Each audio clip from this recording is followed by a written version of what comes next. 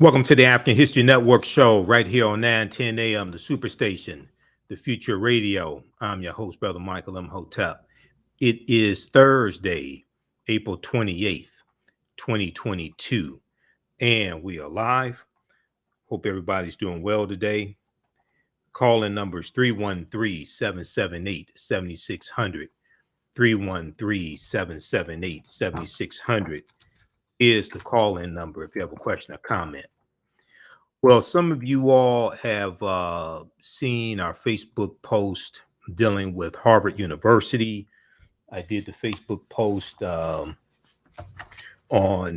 April 26th, which was Tuesday.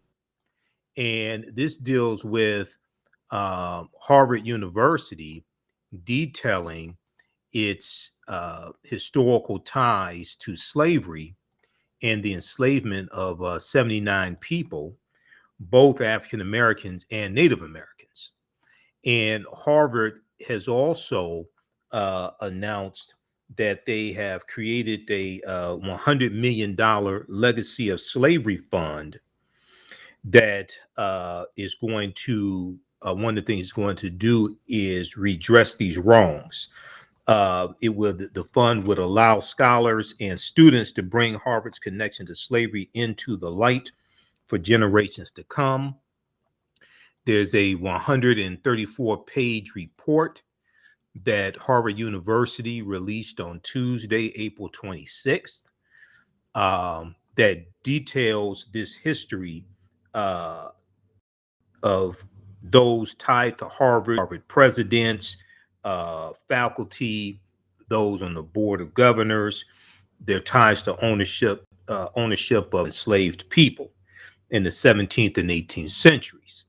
There's a big article from the New York Times. Harvard details its ties to slavery and its plans for redress. The university is committing $100 million for an endowed legacy of slavery fund. Its report carefully avoided treading on direct financial reparations for descendants of enslaved people.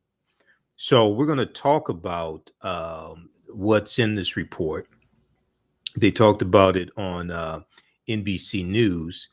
They did a good segment on NBC News a couple of days ago, actually on the 27th. So we're going to discuss this. And then there was another article from the New York Times, which looks at what are some of the key takeaways of this report as well. What are some of the key takeaways of this report also? Major findings of Harvard's report on its ties to slavery. So we're going to talk about this on today's show. And then also we're going to do a follow-up to a story that we did on Tuesday dealing with Joe Biden signaling that he is going to forgive some student loan debt. In a press conference that he held today, he talked about this as well, and he's looking at, he's considering forgiving some student loan debt, not all of the 1.7 trillion student loan debt. Okay. So we're going to look at this. We'll deal with this as well on today's show also. He said he's not, he said he's looking at giving less than $50,000 per person, but also that it would be targeted to lower income people. It'd be based upon income. It'd be based upon income. Okay. So we'll discuss this also on today's show. This is a follow-up to a story that we did on Tuesday. All right. Now, also what came out today is that you have some Republicans who are pushing back on student loan debt forgiveness and don't want it. Okay. And Mitt Romney put out a tweet today attacking student loan debt forgiveness. And also, you have 5 Republicans that introduced a bill to block Biden from giving student loan debt forgiveness. Okay, so it's important for people to look at these moves that are being made. Okay, it's important for people to look at these moves that are being made, and also understand who is trying to who's trying to get bills passed that benefit you and policies passed that benefit you, and who is working against you. All right. We posted an article. I think it was. I think we did it on my Facebook fan page. I think I posted on my personal page. Yeah, Republicans target pause on student loan payments. So CBS News has this article from, I think this is from today. I posted on our Facebook fan page, the African History Network. So you had some fast food this week. Okay. Or are you feeling the stress? All right. Perhaps it was a cocktail. I hate all these.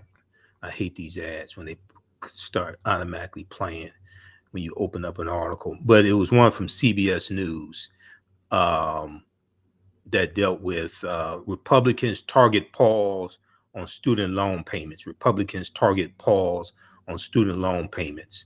Republicans are pushing back against letting student loan borrowers off the hook, even temporarily, as the White House is eyeing broader student loan debt cancellation.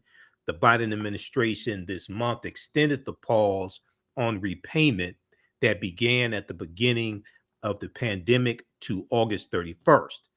In a bill introduced on Wednesday, August 27th, a group of 5 GOP lawmakers, 5 Republicans, moved to end President Joe Biden's ability to keep extending the federal student loan payment pause. Okay, so this is an example of how elections have consequences. This is why you have to pay attention. All right, politics is the legal distribution of scarce wealth pond resources and the writing of laws, statutes, ordinances, amendments, and treaties, their adoption, interpretation, and enforcement. Politics impacts every aspect of our lives, from the water we drink to the air we breathe to the food we eat. Okay, so this is why things like this are so important. At the same time, you have Republicans trying to suppress our vote and suppress the vote of Latinos and Native Americans, things like this. Okay, I'm going to try this one more time. I think I can turn off the, I want to see if I can turn off this ad that starts playing. But if we look at this article here, this is from CBS News. Republicans target pause on student loan payments. This is from August 27th. Okay, so we'll talk about this on today's show. Now, also, today is April 28th. Today is April 28th. And April 28th, 1967, Muhammad Ali refused to be inducted into the Army, okay, which resulted in him being banned from boxing for 3.5 years, stripped him of his title. They did to him what no man could do in the ring, was defeat him, took away his title. All right. So Muhammad Ali refuses Army induction. April 28th, 1967. You see, I'm wearing my Muhammad Ali shirt also. On April 28th, 1967, boxing champion Muhammad Ali refuses to be inducted into the U.S. Army and is immediately, let me close this out, and is immediately stripped of his heavyweight boxing title. Ali, a Muslim, cited religious reasons for his decision to forego military service. He declared he was a conscientious objector. Okay, so we'll talk about this a little bit. We'll squeeze that story in as well. All right, now on the African History Network show, we focus on educating, empowering, and inspiring people of African descent throughout the diaspora and around the world, because right now it's correct wrong behavior. What you do for yourself, what you do to yourself, and what you allow other people to do to you and get away with is based upon what you think about yourself. What you think about yourself is based upon what you have been taught about yourself. What you've been taught about yourself is based upon everything you've read, heard, and seen about yourself. So when you control the radius of a man or woman's thoughts, you control the circumference of his or her actions, because the mind can't do or teach what it doesn't know. Now, we deal with a number of different topics here on the African History Network show. We deal with current events, history, politics, education, economic empowerment, entrepreneurship, relationships, love, sex, health issues, and much, much more. Sign up for our email newsletter. Text the word Kemet, Kemet, to 22828. To sign up for our email newsletter, text the word Kemet, Kemet, to 22828. To sign up for our email newsletter, or visit our website, AfricanHistoryNetwork.com. All right, let's jump into this first story here. I want to go to the article from the New York Times. When we come back from the break, Shakita, we'll go to clip number 1. Okay, so Harvard details its ties to slavery and its plans for redress. So we scroll down here. The report is a 134-page report released on Tuesday, April 26th. The report by a committee of Harvard faculty members released on Tuesday is Harvard's effort to begin redressing the wrongs of the past, as some other universities have been doing for decades. As part of the process, the university's governing corporation has pledged $100 million to create an endowed legacy of slavery fund, that would allow scholars and students to bring Harvard's connections to slavery into the light for generations to come. We're coming up on a break. We'll deal with this on the other side of the break. Listen to the African History Network show. I'm Michael Imhotep. We'll be back in a few minutes. Okay, stand by. How's everybody doing? Share this broadcasting and social media platform. The One Africa Power and Unity Conference is coming up this weekend here in Detroit.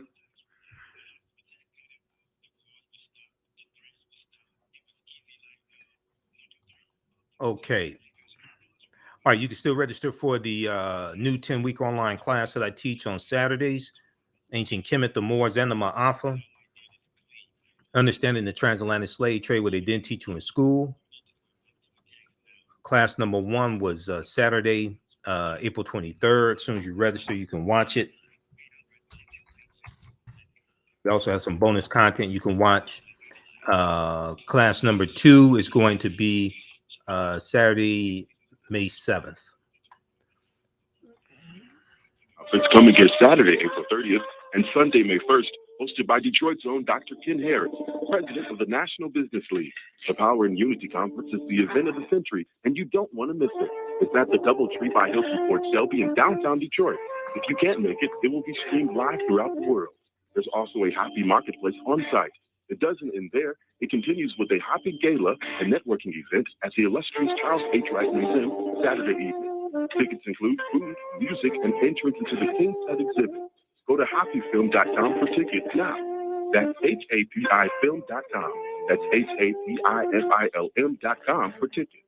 The Word Network has been broadcasting inspirational messages around the world since the year 2000. All right, stand by. We have the information for the One Africa Power and Unity Conference at our website, AfricanHistoryNetwork.com. And just click on the link there, and has information you can register for it. If you can't attend in person, you can live stream the entire conference from around the world. Okay, so they have a ticket to be able to live stream. It's taking place Saturday, April 30th through Sunday, May 1st. Bathroom break in 1 minute.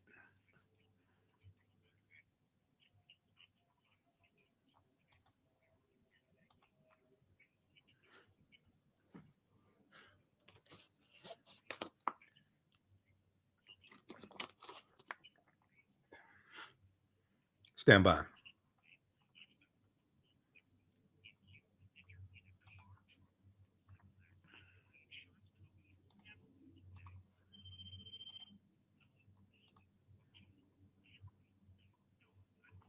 Okay, you can support the African History Network, $ the AHN show through Cash App and through PayPal, paypal.me/the AHN show. This helps us keep doing the research and stay on the air, keep broadcasting, pay some of the bills.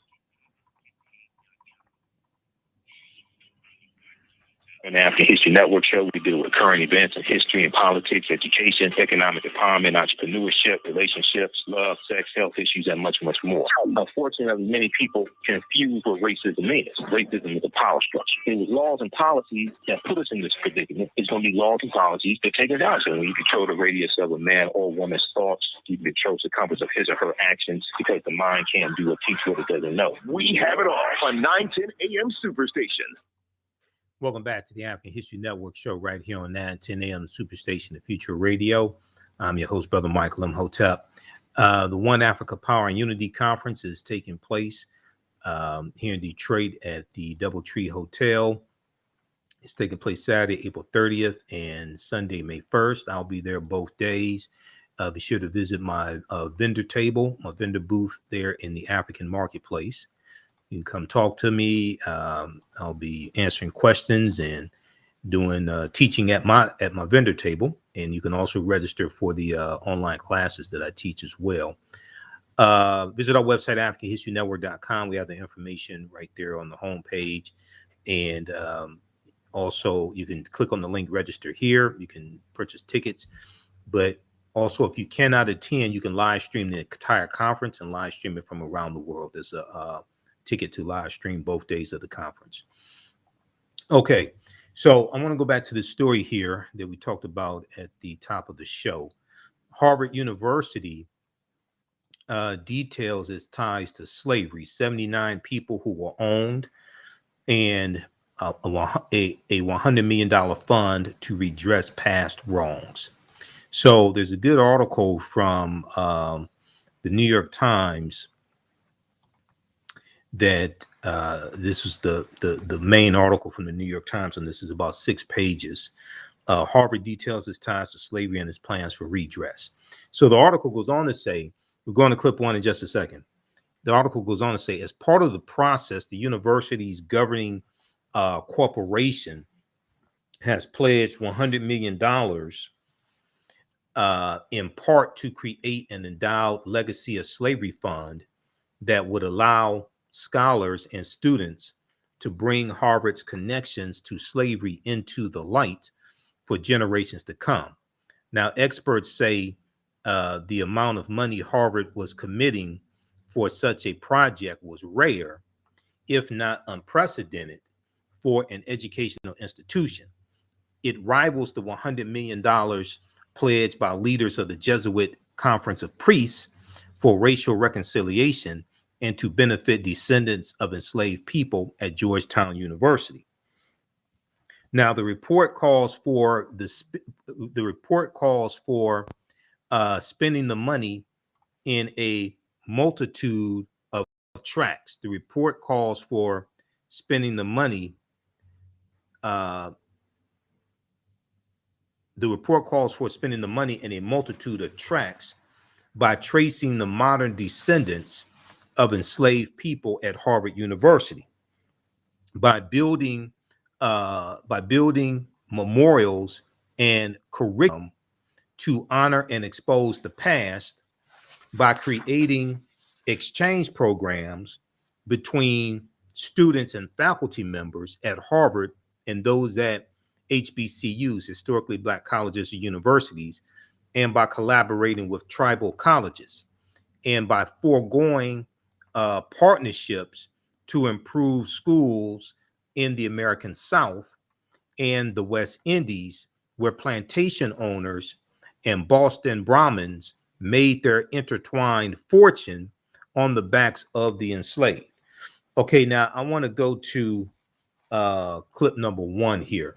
This is from, let's see, clip number 1 is from WCVB Channel 5 there in the Cambridge, Massachusetts area. And Harvard releases landmark report detailing past ties to slavery. This is from April 26, 2022. Let's go to Clip number 1, please, Shakita.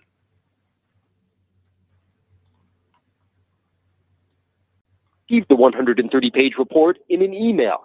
Many said they were glad to see the country's oldest university owning up to its role in slavery. For me, especially as a student of color, I wish that this had happened a lot sooner. Harvard researchers say they found from the university's founding in 1636 to when slavery was outlawed in Massachusetts in 1783, university leaders owned 70 enslaved people, both Native Americans and blacks. The university also invested in industries that relied on enslaved labor and took money from wealthy donors with ties to slavery. The truth is that slavery played a significant part in our institutional history. The truth is that the legacy of slavery continues to influence the world. In a video message, Harvard's president stopped short of issuing a direct apology. He did promise the university will set aside $100 million for further research and to try to undo some of slavery's ongoing effects, including by bringing students from historically black colleges to study at Harvard for up to a year. I don't think it can ever be completely fixed, but definitely it's moving towards the right path. Harvard follows other universities such as Georgetown, the Princeton Theological Seminary, and the University of Virginia in trying to make amends. I think Harvard was late to the game a little bit of this report, later than other universities in the region and nationwide have been grappling with this question. Harvard declined to make anyone who worked on this report available for an interview today. Now, compared to Harvard's $50 billion endowment, this $100 million investment represents about 0.2%. Okay, pause right there. Thanks. Okay, so this is what Harvard released on Tuesday. They released a 134 page report detailing their ties to slavery. Okay, now if we look further at this article here from the New York Times, and the call-in number is 313-778-7600.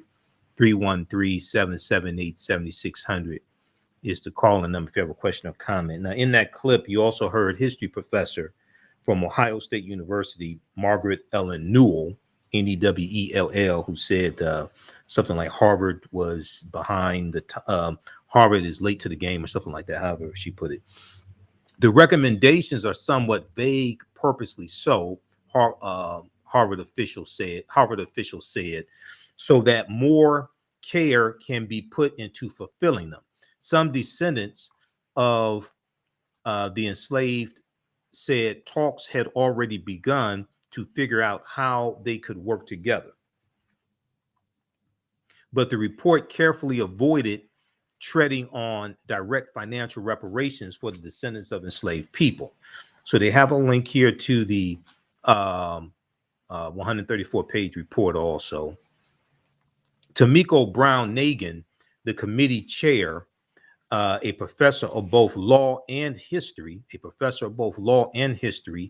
and dean of the Harvard Radcliffe Institute, said in an interview, reparations means different things to different people. So fixating on that term, I think, can be counterproductive. All right. Now, she was also interviewed by PBS NewsHour. We'll go to that clip later in the show, the interview that she did with PBS NewsHour on Wednesday, April 27th, to meet Tamiko Brown-Nagin. Now, she went on to say one goal of the new endowed fund was to drive social mobility by closing gaps in educational opportunity. The university is committed to deeply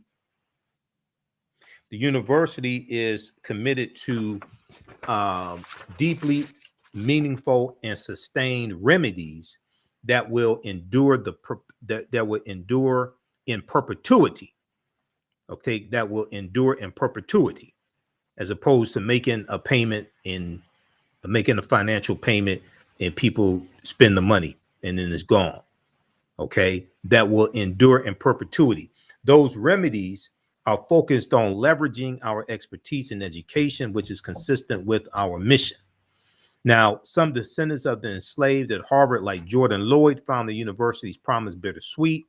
Ms. Lloyd grew up in Boston, wondering how her Black family had got there. While working as an actress, she paid her bills by waitressing at Harvard's Repertory Theater, never suspecting that she was walking the same streets as an ancestor she did not know about, whose name was Cuba Vassal. Cuba Vassal. Now, if we look at, I want to go to this other article here because we're coming up on the break. When we come back from a break, we're going to clip 2 from NBC News. If we look at this piece here, major findings, this other one here from the New York Times, Washington Post has a really good article on this as well. Major findings of Harvard's report on ties to slavery. Okay. And they talk about some, I think this is the article where they talk about some of the names of those who were enslaved. And well, they have it in the first article from the New York Times here at the top in the first paragraph. This is the first article here. It says, in one column are the names of more than 70 enslaved people at Harvard. Okay. Venus, Juba, Caesar, Sicily. They are only first names. They are only first names, or sometimes no name at all. The Moor, Moor, the Moor, or a little boy of people and stories that have been all but forgotten. Okay. In another column are the names of the ministers and presidents and donors of Harvard University who enslaved these people in the 17th and 18th centuries, the 1600s and 1700s. Increase Mather, that was his name, Increase Mather, Governor John Winthrop, William Brattle. These full names are so powerful and revered, they still adorn buildings today. The contrasting lists are arguably the most poignant part of a 134-page report on Harvard University's 4 centuries of ties to slavery and its legacy. We'll continue this on the other side of the break. Listen to the African History Network show. I'm Michael Imhotep. We'll be back in a few minutes. All right. Stand by. It's coming here Saturday, April 30th, and Sunday, May 1st, hosted by Detroit's own Dr. Ken Harris, president of the National Business League. The Power and Unity Conference is the event of the century, and you don't want to miss it. It's at the DoubleTree by Hilton Port Selby in downtown Detroit. If you can't make it, it will be streamed live throughout the world. There's also a Happy Marketplace on site. It doesn't end there. It continues with a Happy Gala and networking event at the illustrious Charles H. Wright Museum Saturday evening. Tickets include food, music, and entrance into the King's Hut exhibit. Go to happyfilm.com for tickets now. That's HAPIFilm.com. That's HAPIFILM.com for tickets. If you've been injured in a... Stand by. From break in 3 minutes.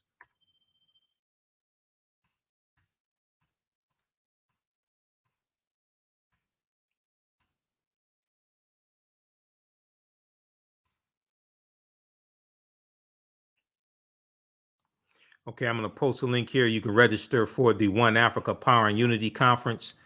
If you can't attend in person here in Detroit, you can, they have a ticket to live stream both days of the conference.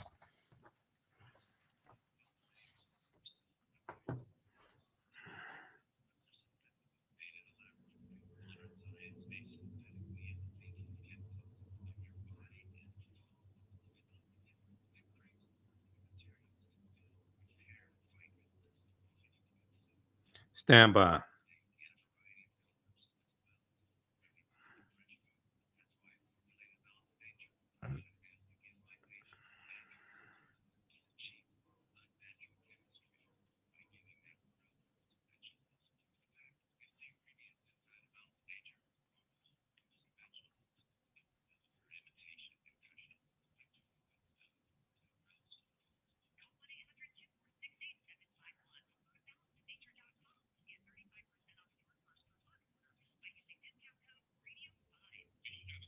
Back from break in 2 minutes.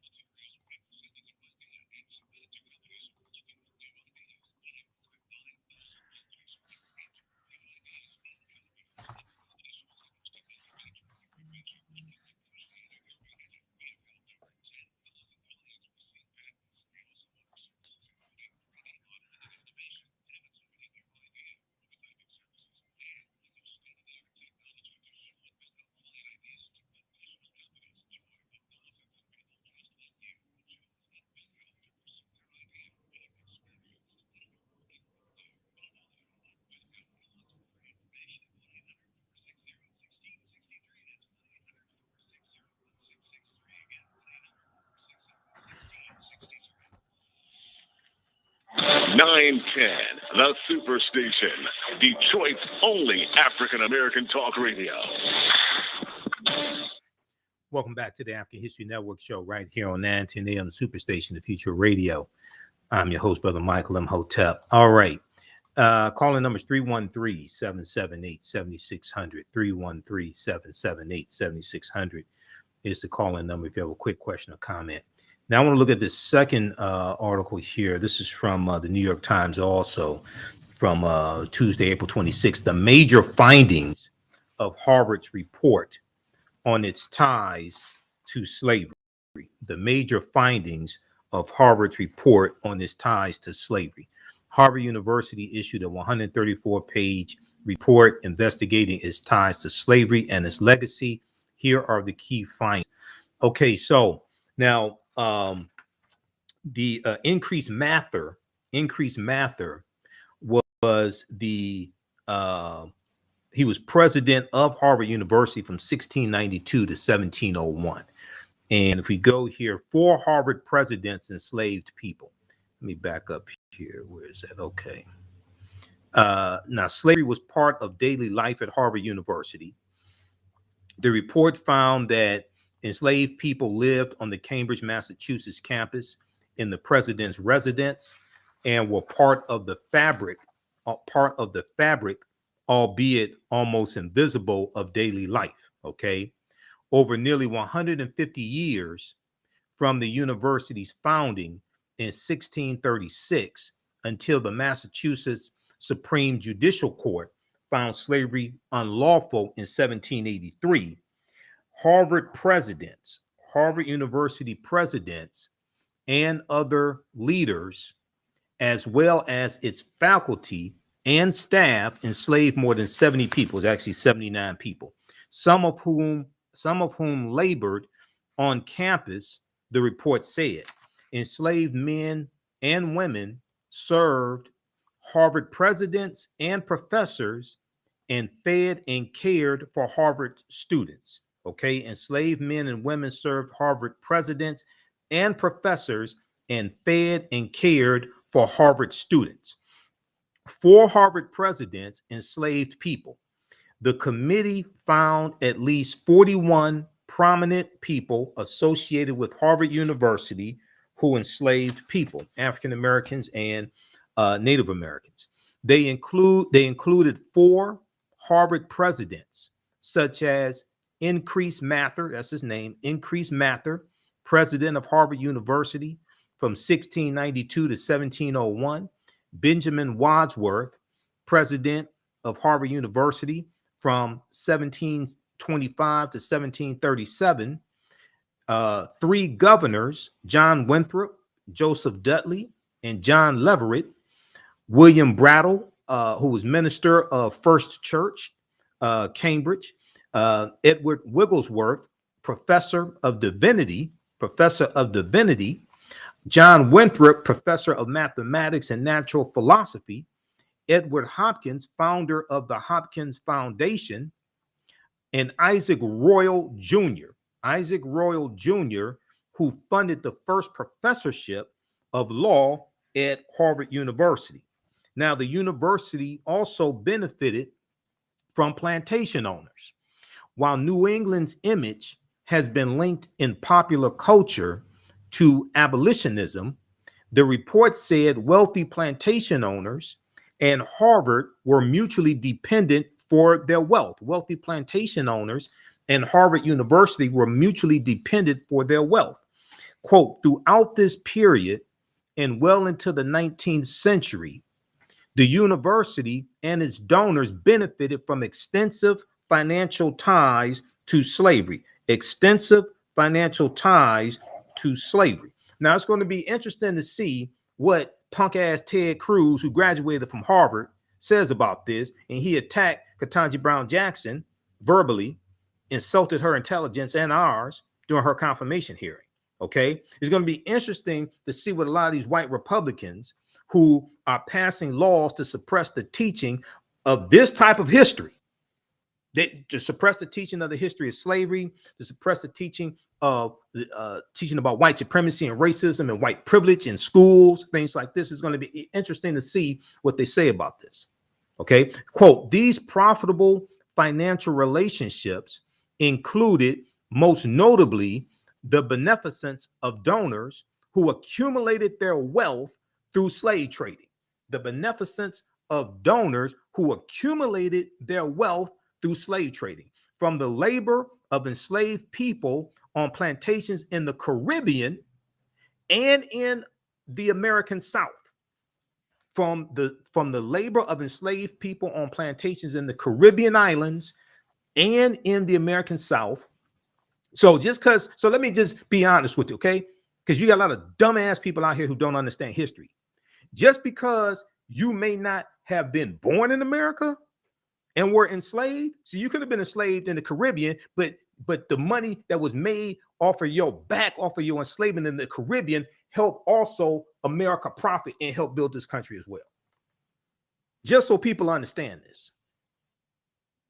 And from the northern textile manufacturing industry, supplied the cotton grown by enslaved people held in bondage.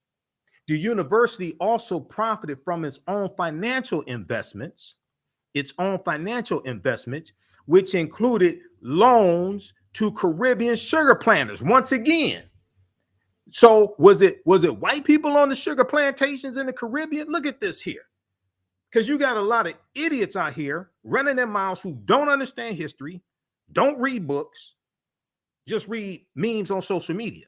Harvard University also profited from its own financial investments, which included loans to Caribbean sugar planters. So Africans in the Caribbean who worked on those plantations, right? This benefited the Harvard University, okay? Which helps it benefited colonial America. It helped build this country. But they weren't born in the U.S. and didn't live in the U.S., but they were still slaves. The university also profited from its own financial investments, which included loans to Caribbean sugar planters, rum distillers, and plantation suppliers, along with investments in cotton manufacturing. Let's go to clip number 2. This is from NBC News. University is confronting one of its darkest legacies. Harvard just completed a deep dive into its past and it discovered some painful truths and announced plans to address them. The report is called Harvard and the Legacy of Slavery. It looks at the school's deep connections to wealth generated from slave labor.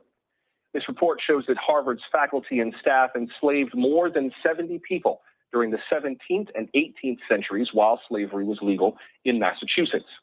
Harvard says it will now spend $100 million to address its ties to slavery. Based on the report's findings, those ties run very, very deep. The university says it was directly invested in sugar and rum industries in the Caribbean, as well as cotton and railroads in the U.S. In the first half of the 1800s, slavery profiteers accounted for more than a third of Harvard's private donations. In other words, Harvard's ties to enslavement helped fund its rise to prominence. Now, other prestigious universities have made similar findings, including Brown and Georgetown, and more than 80 schools have joined a consortium called Universities Studying Slavery. So what's behind this wider movement, and why now? Joining us to discuss it now is Katie Mangan, a senior writer for the Chronicle of Higher Education. Ms. Mangan, welcome. Good to have you with us. Thank you. It's good to be with you. What have some of the early reactions been like to Harvard's report? Well, it was a truly remarkable report that came out today when President Lawrence Bacot released this statement and also a 130-page report outlining how the university has not only had historical ties to slavery, but been complicit and perpetuating what he called profoundly immoral practices. These are very, very strong words coming from Harvard and long overdue. A lot of people would say Harvard certainly is not the first university to grapple with its ties to slavery, but this is certainly one of the most extensive and really powerful reports that we've seen. We heard in this report that a benefactor of the law school enslaved a woman named Cuba, and one of that woman's ancestors spoke today about the study. Here's part of what they said. Certainly it was elation at first in terms of just understanding, wow, our family was connected, to this whole story. But then, after settling back, it's an emotional trip. When I read, certainly some of the hardships that they went through, how cruel they were treated, even though they were up north and not down south. Slavery is slavery, and the type of cruelty that they experienced, not as harsh, I'm sure, as working in the fields of Alabama and Mississippi. Okay, okay, we're coming up on a break. We'll continue this on the other side of the break, and then we're going to squeeze in this story. I want you to hear the interview that Tamiko Brown Nagin did with PBS NewsHour on this also. Listen to the African History Network show. I'm Michael Imhotep. We'll be back in a few minutes. Our Unity Conference coming here Saturday, April 30th and Sunday, May 1st, hosted by Detroit's own Dr. Ken Harris, president of the National Business League. The Power and Unity Conference is the event of the century, and you don't want to miss it. It's at the DoubleTree by Hilton Port Shelby in downtown Detroit. If you can't make it, it will be streamed live throughout the world. There's also a Happy Marketplace on site. It doesn't end there. It continues with a Happy Gala and networking event at the illustrious Charles H. Wright Museum Saturday evening. Tickets include food, music, and entrance into the King's Head exhibit. Go to happyfilm.com for tickets now. That's HAPIFilm.com. That's HAPIFILM.com for tickets. WADL gets a facelift and is now My 38 Detroit. Along with a facelift comes new programs on Mondays at 8 p.m. Catch a 2-hour block of Law and Order SVU. Tuesday, Chicago Fire. Wednesdays, Dateline. More Dateline and Chicago PD on Thursdays and on Fridays. You'll get more Chicago PD to start your weekend. We'll still have some of your favorite shows like Mom, Blackett, and Friends.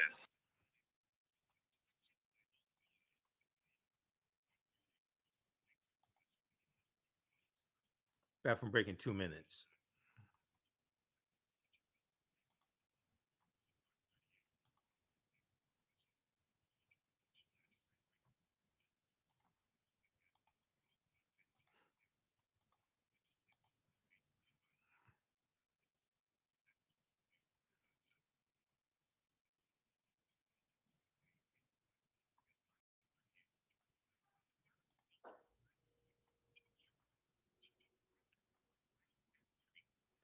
All right, everybody, give us a thumbs up, give us a heart, give us a like on this broadcast.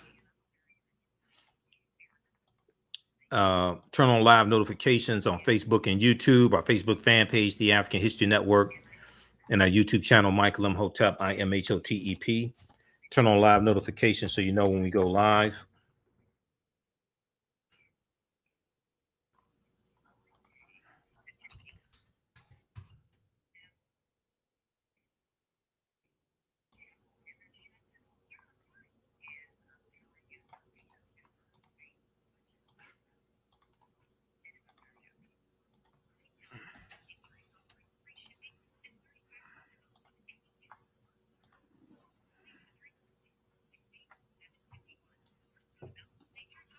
Back from break in 1 minute.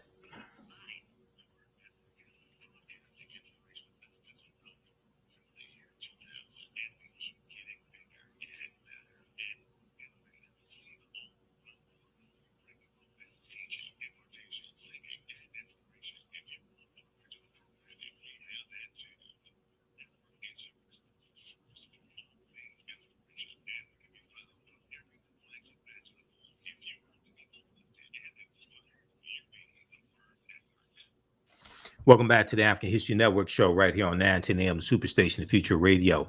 Want to remind you that you can register for our new 10-week online class that just started up on Saturday, April 23rd Ancient Kemet, the Moors, and the Maafa, Understanding the Transatlantic Slave Trade, what they didn't teach you in school. As soon as you register, you can watch class number 1. Class number 2 is going to be Saturday, May 7th, because this weekend I'll be at the One Africa Power and Unity Conference here in Detroit. So I won't be able to teach a class this weekend. The class is 2 p.m. to 4 p.m. Eastern Standard Time. We do the sessions live. All the sessions are archived and recorded. You can go back and watch it anytime. It's on sale, $80, regularly $130. We deal with thousands of years of history and what leads up to the transatlantic slave trade taking place. Okay. We also have a bundle pack. You can register for all. You get a discount on all 3 of my online classes. The bundle pack is $120. That's a $285 value. If you've taken any of my classes in the past, email me at AHNShow@AfricanHistoryNetwork.com for a 50% discount. Okay. AHNShow@AfricanHistoryNetwork.com. All right. I want to go back to this clip here. This is from NBC News from April 27th. April 26th, Harvard announces $100 million fund after new study finds ties to slavery. Let's go back to this clip, please, Shakita.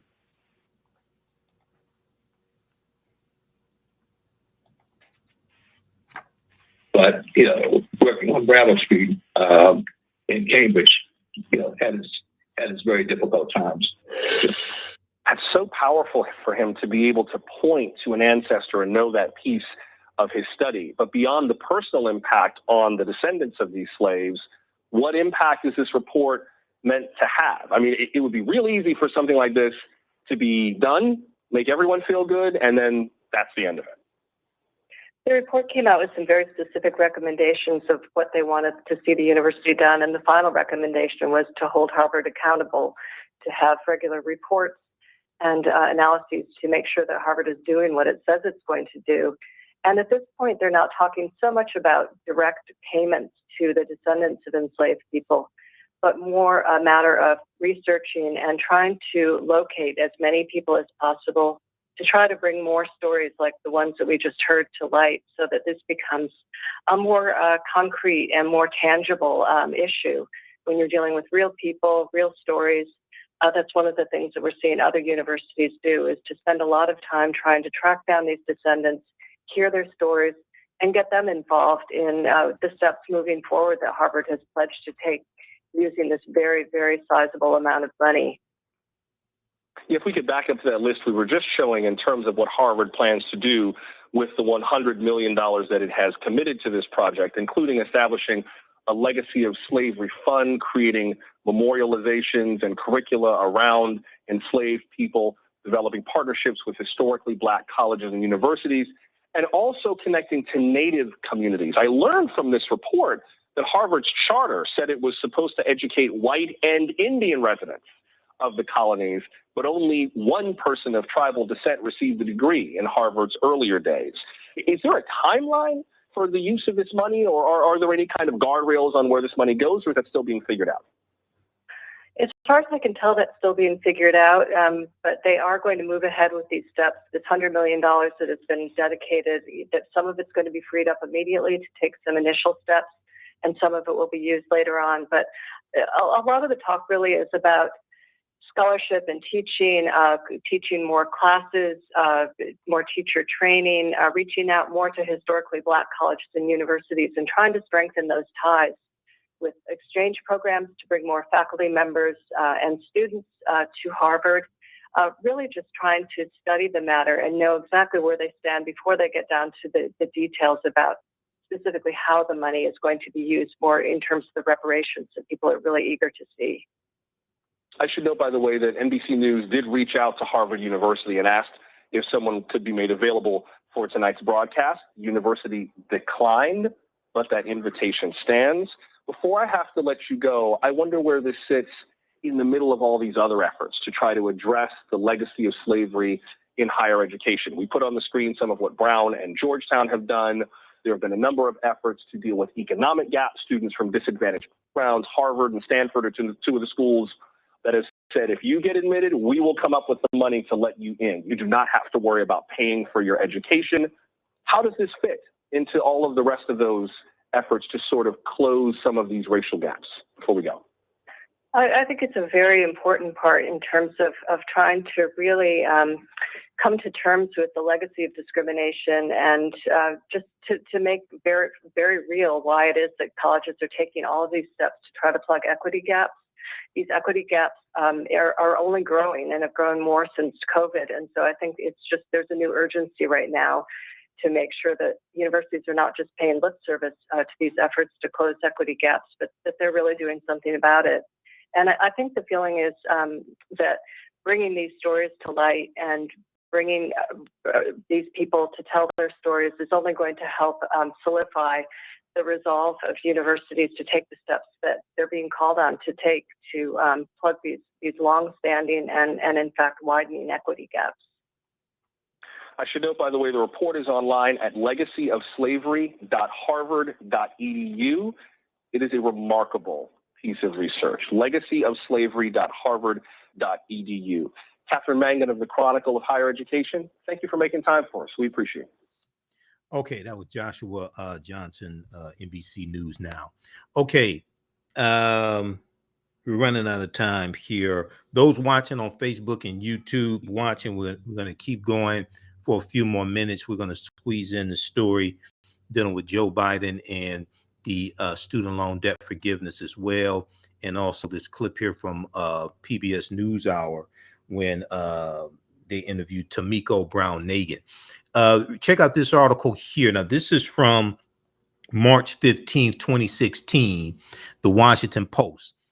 The Harvard Law shield tied to slavery is already disappearing after corporation vote. The Harvard Law shield tied to slavery is already disappearing.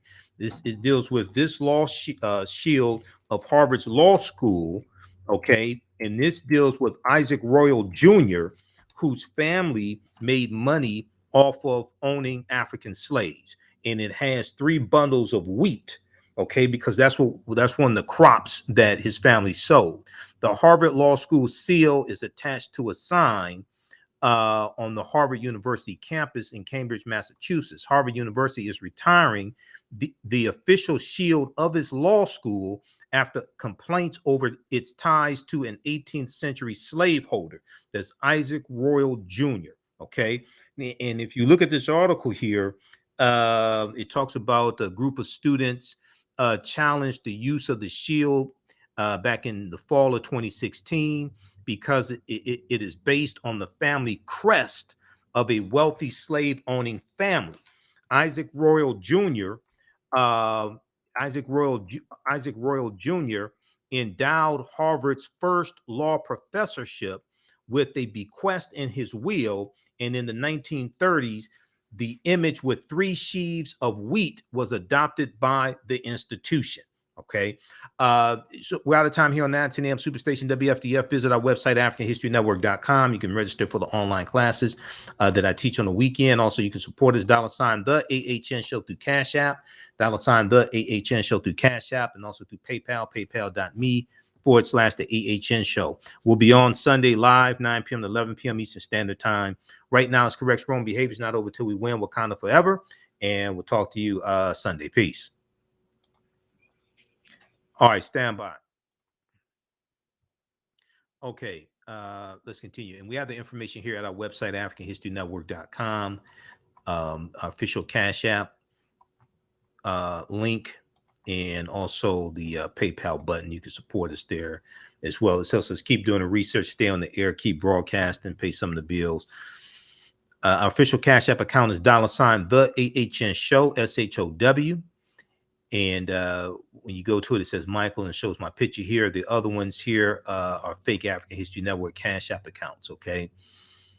And we have the link here in the yellow PayPal donate button also. All right, now, I want to go to this next clip here, and I have to cue this up because we're not on the radio station anymore. We're on for the first hour. This is from PBS NewsHour from Wednesday, April 27th, 2022. Harvard University details its ties to slavery and promises a reckoning. Harvard University details its ties to slavery and promises a reckoning. Okay, so, okay, let's go to this clip here. All right, let's go to this clip here. America's oldest university, Harvard, is beginning to come to terms with its own history and role in slavery. The school is out with a new report detailing its extensive entanglement and legacy. Jeffrey Brown has the details as part of our ongoing reporting, Race Matters. The ties to slavery were deep, the signs in some cases hiding in plain sight. Among the findings in the 134-page report conducted by Harvard faculty, Harvard presidents, faculty, and staff enslaved more than 70 people in the 17th and 18th centuries, some of whom labored on campus. Harvard continued to benefit from donations from plantation owners and other trade involving slave labor. It also details how Harvard's longest-serving president, Charles William Eliot, and other prominent faculty members strongly promoted eugenics, a racist idea that selective breeding is needed to purify the human race. In response to these and many other findings, the university has now pledged $100 million, in part to create an endowed Legacy of Slavery fund. For more, I'm joined by Tomiko Brown-Nagin. She's Dean of the Harvard Radcliffe Institute for Advanced Study, and she chaired the committee report. Thank you for joining us. There are many specifics here in this report, but what's the key for you? Is it how integral slavery was in the life and history of Harvard? I would say so. We documented both direct ownership or enslavement of human beings. We documented financial ties to the slave trade and to slave economies. And finally, the intellectual production of ideologies that supported slavery, segregation, and white supremacy. And so I would say the breadth and depth of the findings are significant, and in particular, the direct ownership of more than 70 human beings was more than I would have anticipated. Is there any one specific example that really surprised or even shocked you? Well, I wouldn't say shocked or surprised me, Jeffrey. I would say that the reality of enslaved people being on campus, feeding our students, serving Harvard presidents is quite remarkable. What was an important theme for you that came from this report?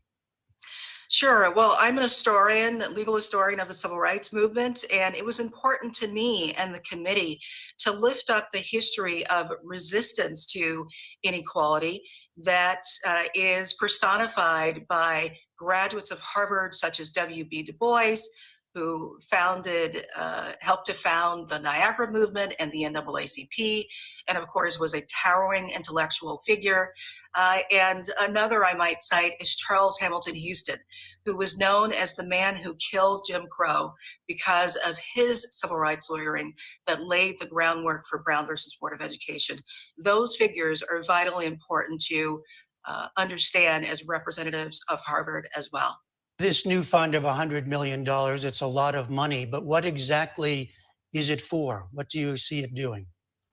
Sure, it is a significant financial commitment, and we're pleased that the university has established this fund that is meant to address the harms of slavery locally, nationally, and in the Caribbean through leveraging its expertise in education. Of course, access to educational opportunities is a known driver of social mobility, which explains our leading there and, of course, is consistent with our mission. In addition, we will seek to establish a public memorial to allow people on and off campus, visitors to campus, to engage with this history. We have committed to supporting new and sustained partnerships with historically Black colleges and tribal colleges. And also, we recommended as a committee, and the university will hold itself accountable by establishing reporting procedures and an implementation committee that is led by one of the world's authorities on human rights and seeking justice, Martha Minow. It is notably not going toward individual reparations, though that continues to be such a hot topic. Why not? Well, I think it's important to focus on the remedies that the committee did endorse. There are a lot of ways to characterize these types of remedies. And I think where we have landed are on very meaningful ways of seeking to address the harms of slavery with financial support established in perpetuity. And finally, briefly, where do you see now Harvard and American universities more generally in addressing and redressing this past? A number of universities have documented their ties to slavery and established scholarships, memorials, and in many other ways have begun to address those ties to slavery. There are thousands of American universities, North and South, and so there certainly is an opportunity for other universities to engage their entanglements with slavery as well, and also the lingering effects of slavery into the 20th century. All right, Tomiko Brown-Nagin, thank you very much. Thank you for having me.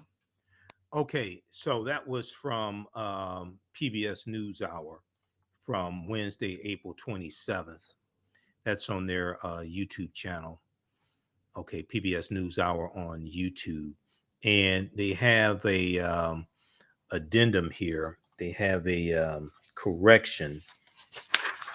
And in that segment, at the beginning of the segment, they incorrectly identified Harvard as America's oldest university. While Harvard University is the country's oldest institution of higher education, founded in 1636, the University of Pennsylvania is the first university in the U.S. to offer both graduate and undergraduate studies. Okay, they regret the error. Okay, so, and I think that was 16, yeah, founded in 1636, Harvard University. Okay, now I want to go to this next story here, and this deals with part of a press conference. Well, this is a follow-up to our story on Tuesday, April 26th, when we talked about Joe Biden. There was a meeting that Joe Biden had with the Congressional Hispanic Caucus, and coming out of that meeting, BusinessInsider.com and other news outlets, and we were one of the first ones to report this. Actually, I saw mainstream media reporting it after I did this Tuesday, 11 p.m. Eastern Standard Time. Biden reportedly told lawmakers he's looking for ways to forgive most federal student debt. So a number of articles were written about this.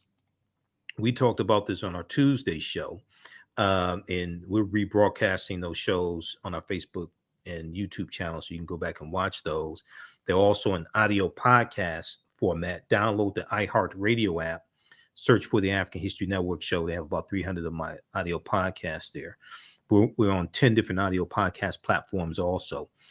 CBS News first reported on Tuesday that in a 90-minute Monday meeting, Monday, April 25th, with some members of the Congressional Hispanic Caucus, President Joe Biden said he has asked his aides to explore options of broad forgiveness for federal loans, a lawmaker in attendance reportedly told the outlet. Okay, now, so you can go back and read that article again. We talked about it. We talked about it on Tuesday.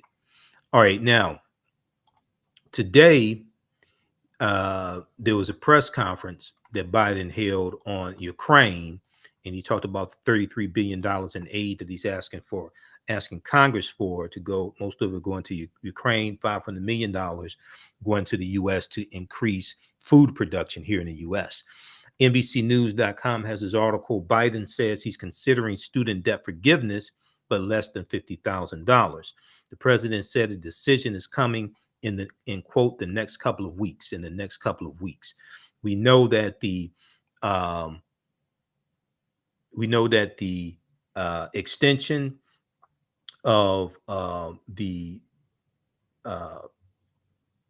not paying back the student loans, that extension of the forbearance, that expires August 31st. Biden's remarks came in response to a question following his request to Congress for a new Ukraine aid package worth $33 billion. The president has faced pressure from Democratic lawmakers, liberal advocates, and young voters to forgive some student loan debt. The total student debt topped $1.7 trillion in 2021, and the pandemic has exacerbated the challenges. Okay. Now, Senate Majority Leader Chuck Schumer said Wednesday he was really hopeful that the goal that we have had, $50,000 of student loans canceled, is getting more and more likely.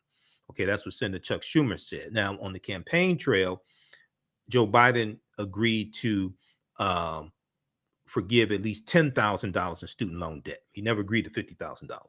A source familiar with the Biden administration's thinking told NBC News that no decision has been made, but that it's likely any forgiveness or debt cancellation policy would be linked to income, likening it to the stimulus checks under his COVID relief bill, like the American Rescue Plan, the $1.9 trillion American Rescue Plan.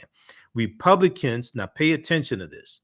This is an example of how elections have consequences. Republicans broadly oppose the idea of federal student debt forgiveness. Republicans broadly oppose the idea of federal student debt forgiveness. Also, no Republicans in the House or the Senate voted for the $1.9 trillion American Rescue Plan either, just so you understand this, those that don't follow politics every day. Republicans broadly oppose the idea of federal student debt forgiveness and have introduced legislation to try to prevent President Joe Biden from using his executive authority to do so. How low down can you be? This is why a lot of these Republicans like this have to be voted out of office. Okay, now I want to go to the press conference today. And let me pull this up here. I want to go to the press conference today. Then I want to show you an article dealing with the Republicans who want to keep President Biden from extending the moratorium on paying back the student loans, and they don't want him to forgive any student loan debt. So let me pull this up here. I want to go to the press conference today. Just a second here. All right, we're going to the press conference already in progress. Well, I don't care how they do it. I'm sending them both up. I mean, they can do it separately or together, but we need them both. Mr. President, Majority Leader Schumer said yesterday that you're, quote, getting closer to using executive authority to cancel up to $50,000 in student loan debt. Can you confirm that? What exactly are you planning to do here in the coming? You mean my spokesman said that? Majority Leader Schumer. Look, number one, first thing we did was reform the system that was in place that didn't work for anybody, that allowed people to write off debt if they engaged in public service. We have almost 1,785,000, don't hold me the exact number, I'll get the number, 700 and some thousand have had debt forgiven, their whole debt forgiven because of their working in either as teachers or other means by which they qualify. And we continue to make that easier. Secondly, I am considering dealing with some debt reduction. I am not considering $50,000 debt reduction, but I'm in the process of taking a hard look at whether or not there will be additional debt forgiveness and I'll have an answer on that in the next couple weeks. How high are you looking Thank up? you. Thank you, guys. Thank you Thank very you, much. guys. Thank you. Thank you, Mr. President.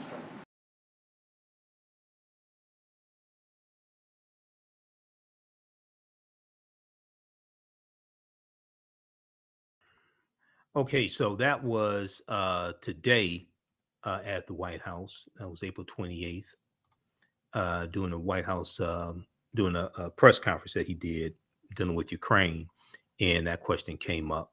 Now, also, PBS NewsHour has this article here, pbs.org. Biden says he's taking a hard look at student loan forgiveness. April 28th, 2022. Okay, so check this one out as well. I'm considering dealing with some debt reduction. Biden told reporters in the Roosevelt Room at the White House. The comments came days after Biden had a private meeting with Democratic lawmakers who pressed him on the issue. One of the lawmakers, Representative Tony Cardenas, Democrat from California, said afterwards that Biden disclosed he was exploring the possibility. Biden signaled in his Thursday remarks that he would not go as far as some activists want, saying $50,000 in debt forgiveness was not under consideration. He did not give a number for what he was considering. Okay, so you can read this also, and this was reported by the Associated Press as well. Okay, now I want to go to this clip here.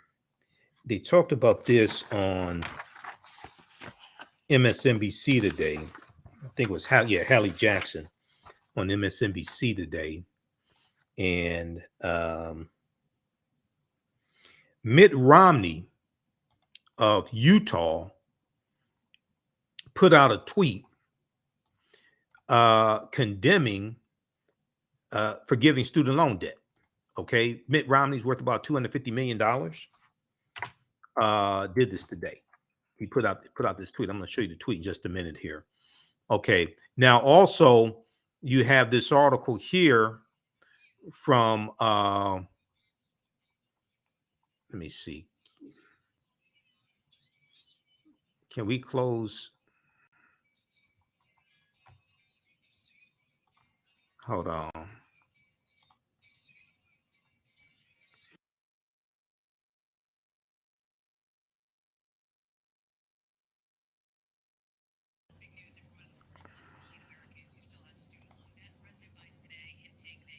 Might be getting a break soon. Watch.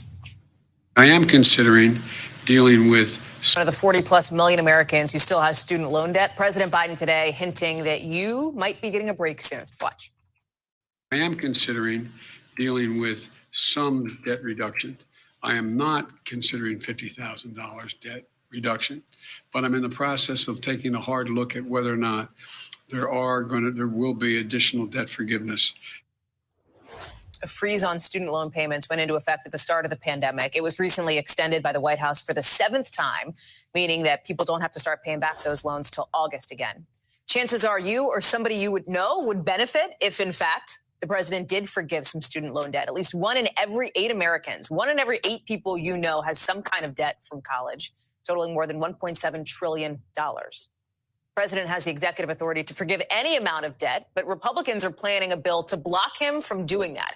Experts say any action on loan debt would also face some legal challenges. It is a politically interesting discussion to have, Sahil Kapoor, our NBC News senior national political reporter who's joining us now, because you have those on the left who have suggested 50,000 or up, right? President Biden is seeming to say, well, it's not going to be 50, but there will be potentially some amount. When are we going to know specifics, and how would this work? That's right, Hallie. Some significant news coming for young Americans saddled with student debt. President Biden saying in the strongest terms he has so far that he is taking a hard look at using his executive authority to forgive some portion of student debt. Now, as you noted, he's not going to forgive $50,000. It's going to be less than that. And a source familiar with the president's thinking told me that any action that President Biden takes will likely be linked to income. In other words, he's not going to give people of means relief when they have the ability to pay off off these loans. Now, as for a time frame, he said a couple of weeks. Unclear if that actually means a couple of weeks or maybe a little, a couple of weeks in Trump standard time. You'll know what I'm talking about here. This has already sparked the predictable debate on Capitol Hill, with Democrats cheering on this effort and Republicans saying, no, hit the brakes. This is a bad idea. Senator Mitt Romney suggested this was a political move. He said desperate polls call for desperate measures. Let's put his tweet up on the screen here. He said, what he called it a bribe. He said, what comes next? Forgiving auto loans, credit card debt, forgiving mortgages, pay for it all with a wealth tax on the super rich. What could possibly go wrong? Senator Bernie Sanders, one of the most outspoken proponents of forgiving student debt, came back and said, Mr. Romney supports bribes in the form of tax cuts for the wealthy and billions in welfare for corporations, but is shocked by the idea that working Americans might get help paying off student debt. I know he thinks corporations are people, but does he know people are people, unquote. And Senator Lisa Murkowski, the moderate Republican from Alaska, said, this is an idea worth looking at, but she does worry that if student debt is forgiven for this generation, what happens with the next generation in another 10 years, who will have to pay off these loans? She wants a long-term solution to lower the cost of college tuition. And finally, Hallie, this comes just about 6 months before a major midterm election where young voters are relatively disengaged. They're unhappy with what they perceive as a lack of progress from President Biden and this Democratic trifecta on issues important to them. This is perceived as one way the president can show those young voters that he is fighting for them, remind them why they support Democrats, and try to mobilize them so Democrats have some shot at keeping the House and the Senate. Hallie? White House press secretary, just while we've been on the air, Sahil, confirming, of course, that the president is considering this, and also confirming something you mentioned, which is this is likely to not be a universal benefit. In other words, millionaires and billionaires, in Saki's words, would be unlikely to receive this benefit. Sahil Kapoor, thank you very much. Appreciate you bringing us that. Okay, great reporting from Sahil Kapoor. Let me close this out. Okay, that's from NBC News. That was Hallie Jackson's show, April 28th, 2022. Republicans poke holes in Biden's consideration of student debt forgiveness. All right, now, if we look at this very quickly here, we look at the article from CBS News. Okay, that came out today. Republicans target pause on student loan payments. Republicans are pushing back against letting student loan borrowers off the hook even temporarily, as the White House is eyeing broader student loan debt cancellation. Okay, so this is an example of how elections have consequences. All right. If you, at the end of the day, you can only vote for your two members of the U.S. Senate and you're one member of the U.S. House of Representatives. Go to congress.gov and look at these bills that you say you care about. If you're a member of the House of Representatives and you're two members of the U.S. Senate, keep voting for bills in general, overall, that you care about and advocate for and want to become law, then vote them back into office. If they keep voting against bills, overwhelmingly, generally speaking, they keep voting against bills that you care about and want to become law, okay, vote them out of office.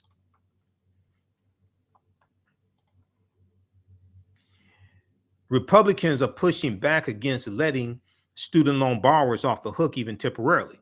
Because at congress.gov, not only can you read summaries of these bills and read the entire bill if you want to, more importantly, it shows you who voted for the bills and who voted against the bill. That's at congress.gov. As the White House is eyeing broader student loan debt cancellation. Now, the Biden administration this month extended the pause on repayment that began at the beginning of the pandemic to August 31st. In the bill introduced Wednesday, August 27th, a group of 5 GOP lawmakers, 5 Republicans, moved to end President Joe Biden's ability to keep extending the federal student loan payment pause. Now, the bill's not going to pass, but just the fact that they're so callous and don't care about people, just the fact that they would put together a bill to do this shows they need to be voted out of office. The pause on student loans has saved millions of borrowers about $5 billion in interest a month. Okay, the pause on student loans has saved millions of borrowers about $5 billion in interest a month, as interest rates were also set at zero while payments were suspended.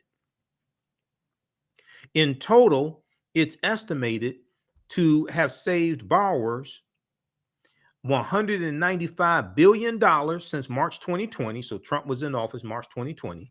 In total, it's estimated to have saved borrowers $195 billion since March 2020, according to a recent report from the Federal Reserve Bank of New York. The pause was last set to expire at the beginning of May 2022. According to the Center for a Responsible Federal Budget, the extended pause will add an additional $20 billion to the budget deficit through August, bringing the total cost of the pause to $120 billion.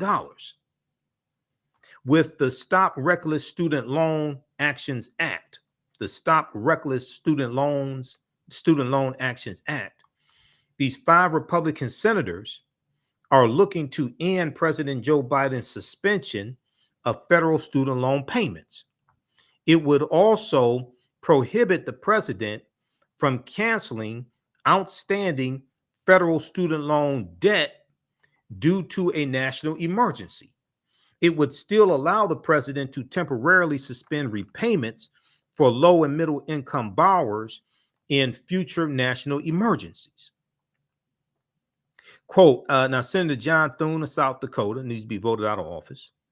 He said, as Americans continue to return to the workforce more than 2 years since the pandemic began, it is time for borrowers to resume payment of student debt obligations. Taxpayers and working families should not be responsible for continuing to bear the costs associated with the suspension of repayment, end quote. Now, he said any future suspension of federal student loan repayments should be left to Congress. Fellow GOP Senator Richard Burr of North Carolina said the administration can't have it both ways, both calling for a return to normalcy from the coronavirus pandemic while also extending the federal student loan payment pause. He said resuming payments is long overdue, especially in today's strong job market. I'm not sure if he went to go sell some stocks and do some stock trades after he made that statement. Richard Burr, who was investigated, luckily he wasn't indicted on insider trading. I'm not sure if Richard Burr went to go trade some stocks after he made that statement. Now, Senators Mike Braun of Indiana, Bill Cassidy of Louisiana, and Roger Marshall of Kansas also support the bill. Bill Cassidy, if you don't know who he is, he's the senator, the Republican senator, looks like Herman Munster from the Munsters. that's Senator Bill Cassidy. Now, while the legislation is not expected to go anywhere in the Democratic-controlled Congress, it's the latest call by Republican lawmakers to end the federal student loan payment pause, which is another reason why they need to be voted out of office. This comes as President Joe Biden is looking into broader cancellation of student debt. Okay, so read the rest of this here. Okay, but once again, you have Republicans rearing their ugly heads. Okay, and trying to stop something that's going to be beneficial to a lot of Americans, especially many African Americans. Okay, now we did that one. We did that. We did clip 5. Lastly, April 28th, we got all those stories in. All right, good. Oh, I want to show you this here. We may talk about this probably talk about this on Sunday's show. In one of the clips that I played, they were saying that a lot of young voters, because a lot of them don't read, I'm just be honest with you, a lot of young voters are disenchanted and things like this. They're not getting what they voted for, blah, blah, blah. First of all, number one, you don't get everything in the first 2 years of an administration. Just let's just be clear, okay? But As I've said before, and as I've said on Roland Martin Unfiltered numerous times, and on this show numerous times, Democrats have to do two things. Democrats have to do a better job of communicating what they have accomplished, communicating wins, WINS, number one. They have to do a better job doing that. Two, the American public, especially African Americans, we have to do a better job of reading. We have to do a better job of obtaining this information. That's one of the reasons why this show is so important, because we actually deal with real substance here, and we bring you this type of information 5 days a week, and 6 when I'm on Roland Martin Unfiltered. So how many people have seen this here? February 28th, 2022, released February 28th, 2022. The Biden-Harris administration advances equity and opportunity for Black people and communities across the country. Who's read this? I'm just curious. This is an update to what they released in October 2021. This is at whitehouse.gov. Has anybody read this? I'm just curious. It's 19 pages. I printed it out. Okay? It's 19 pages. This breaks down how their policies from the Biden-Harris administration has helped African Americans. Did you know this existed? Does anybody read this stuff at whitehouse.gov? From the first day in office and every day since, the Biden-Harris administration has taken historic approach to advancing racial equality. Was it yesterday? We talked about the, it was yesterday, the day before yesterday. We talked about the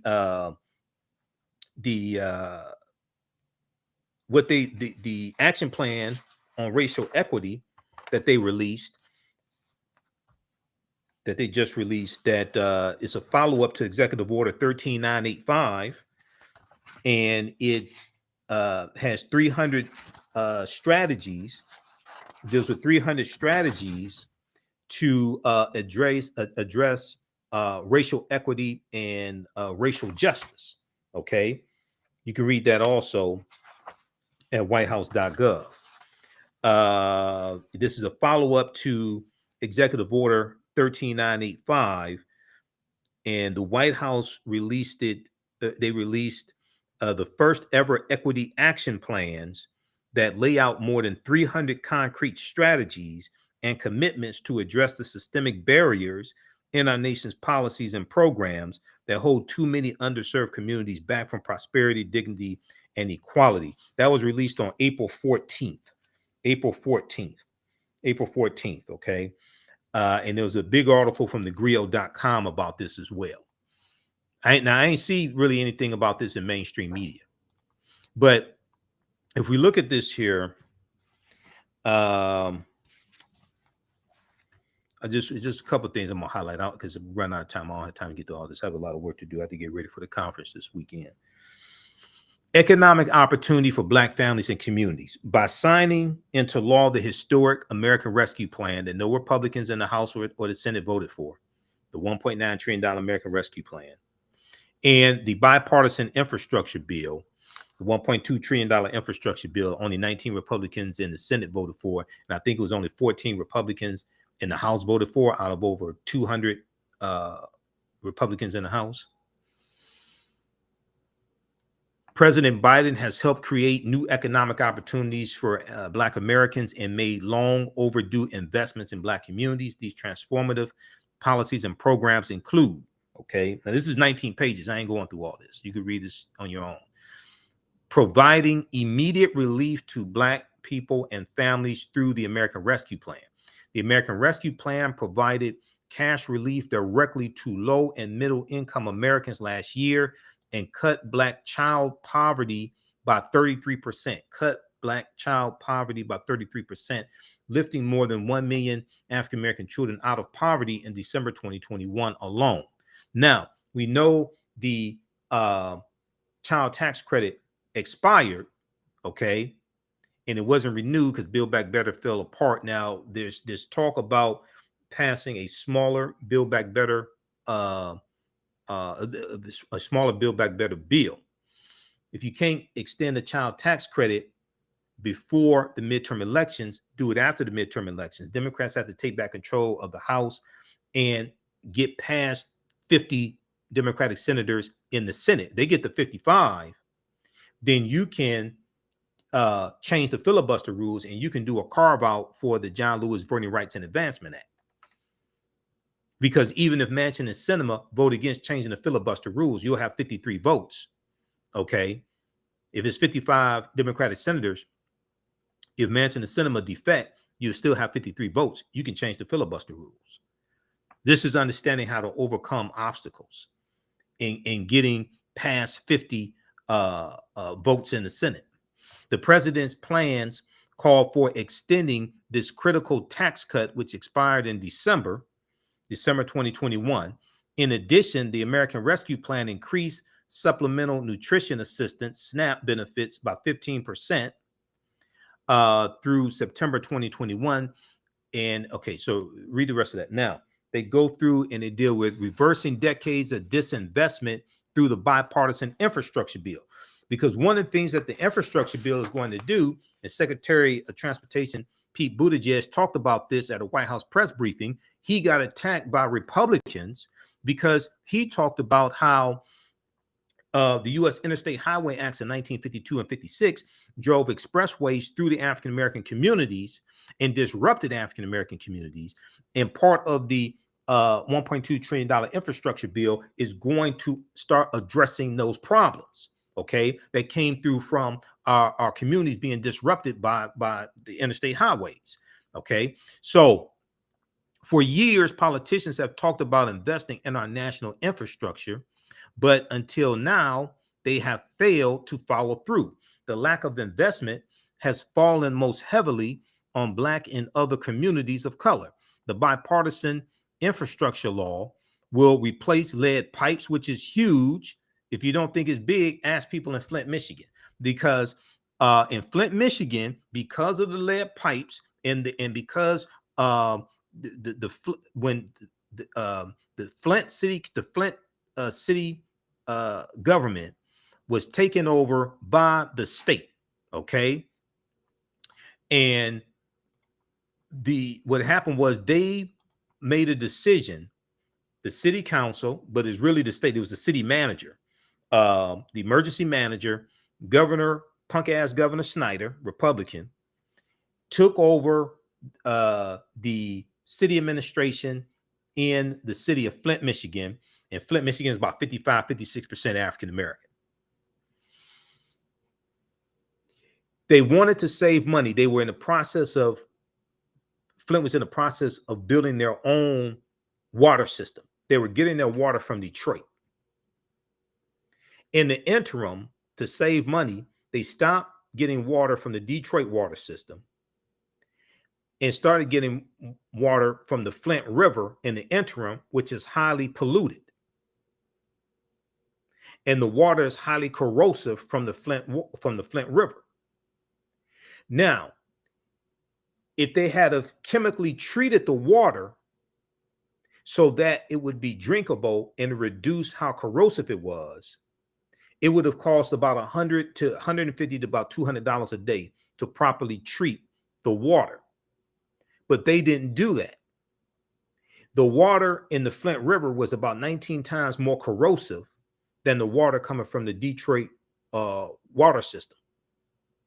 So when that water that was about 19 times more corrosive went through the lead pipes in Flint, Michigan. Now, only about 50% of the pipes in Flint, Michigan were lead. But when it went through the pipes in Flint, Michigan, what it did was it stripped away there was a coating inside the lead pipes that kept the lead from leaching into the water. When this water that was 19 times more corrosive went through the lead pipes, it stripped away the lining, the protective lining, and allowed the lead to leach into the water. Poisoned a lot of people. You had some rare cases of people dying, things like this. Totally avoidable. But when that story about Flint, Michigan went national, there was a report that came out that talked about how there were 3,000 communities across the country that had higher lead levels in their water than Flint, Michigan. 3,000 communities across the country had higher lead levels in their water than Flint, Michigan. So, and a lot of those communities have high African American and Latino populations. When you talk about replacing lead pipes, that's huge. That's important. Okay. So the bipartisan infrastructure law will replace lead pipes, increase access to good paying jobs, expand affordable high-speed internet, which is huge, especially in rural America, because 25% of African Americans live in rural America. And one of the things that the COVID-19 exposed, in the COVID-19 pandemic, one of the things exposed, it was people had to, children had to go to school from home, go to school from the kitchen table or the living room table. It exposed how many people did not have high-speed internet, which then deals with the digital divide, the racial digital divide. Okay, reliable public transit. Okay, in a lot of inner cities, things like this have problems with public transportation. Clean drinking water, reconnect Black neighborhoods divided by legacy highway infrastructure. Okay, a lot of Republicans don't even want to acknowledge that this is still a problem. Reconnect Black neighborhoods divided by legacy highway infrastructure and other resources to finally give Black communities a fair shot at the American dream. And there were numerous stories written where you had African Americans who took the not just getting money from the PPP loans to be able to save businesses, but you had a lot of African Americans who took money that they got from the stimulus checks to start businesses as well. Now, the bipartisan infrastructure law permanently authorizes the Minority Business Development Agency, the MBDA, for the first time since its inception, and elevates the agency head to the position of undersecretary, granting the agency expanded power to support Black and minority-owned businesses. The president's plan was supercharge MBDA by funding it at $1.6 billion through 2029. Okay, so then they talk about that. You can read the rest of that. Leveraging federal procurement to narrow the racial wealth gap for Black entrepreneurs and families. Hey, have you heard about this?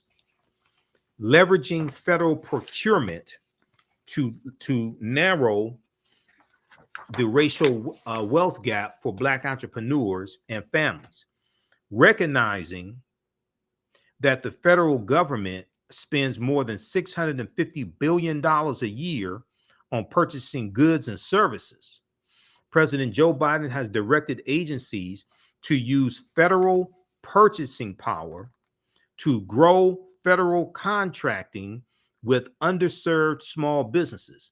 He has set a goal of increasing the share of federal contracting dollars to small disadvantaged businesses by 50%.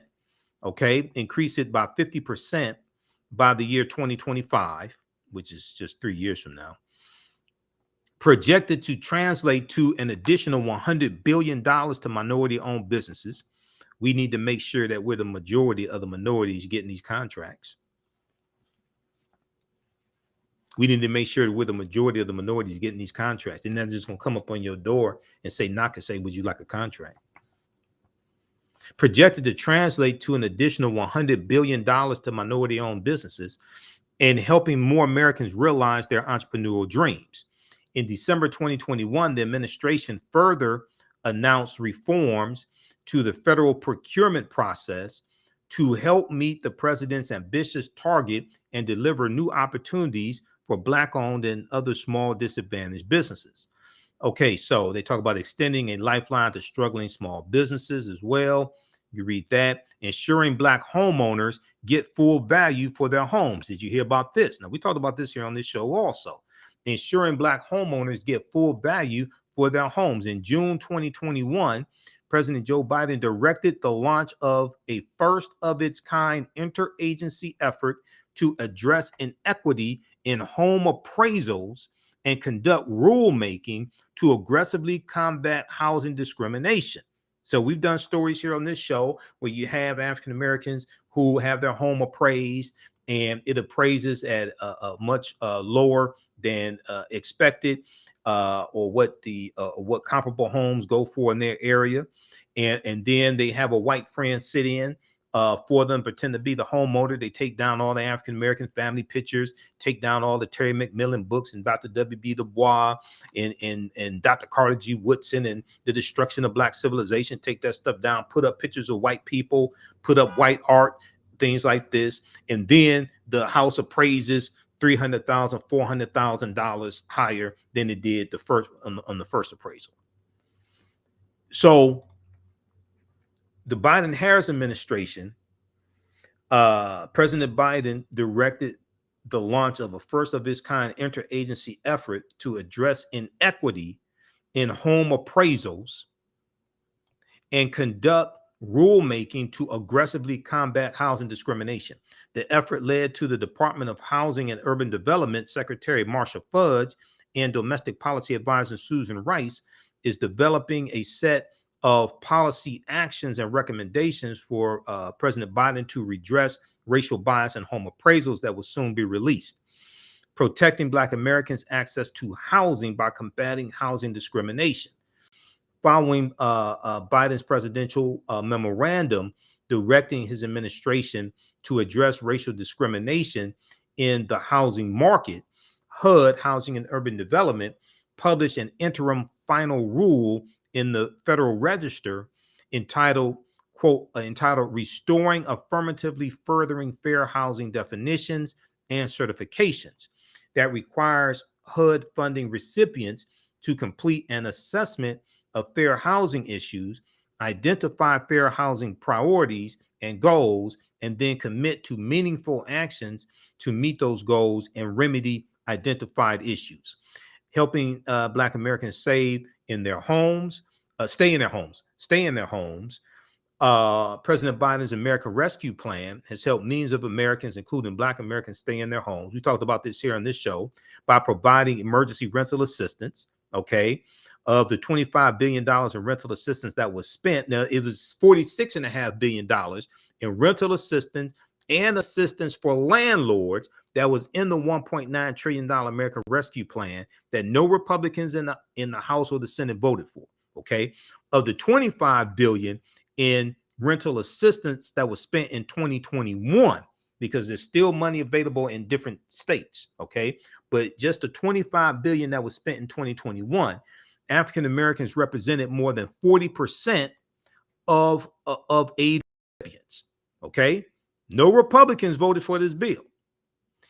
In addition, the American Rescue Plan is helping struggling homeowners catch up with their mortgage payments and utility costs through the Homeowner Assistance Fund.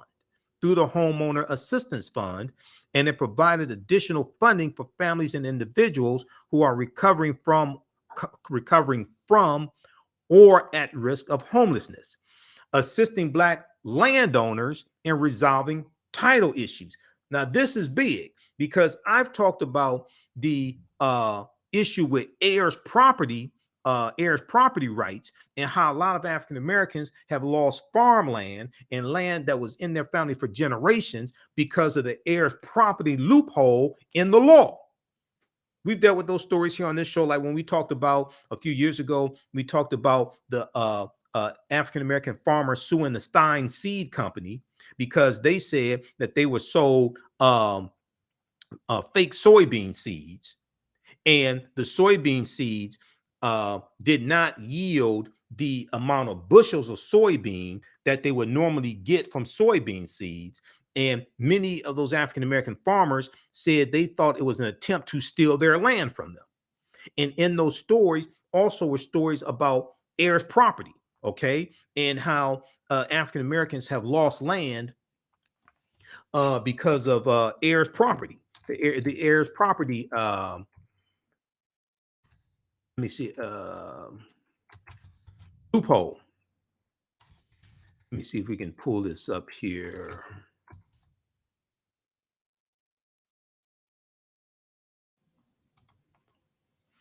Black Memphis farmers were deliberately sold bad seed and schemed to put them out of business. So this is one from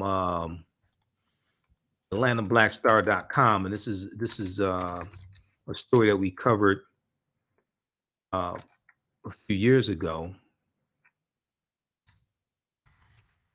And then let me see, Black Memphis farmers. So Black Farmers Case Stein Seed Company.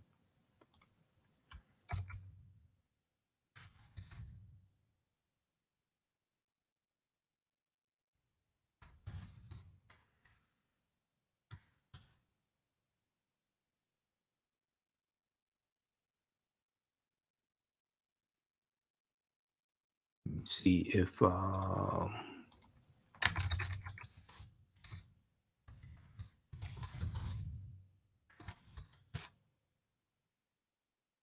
pull this up here. Property laws have resulted. Okay, this right here, National Public Radio. Okay, no, that's not the one I want.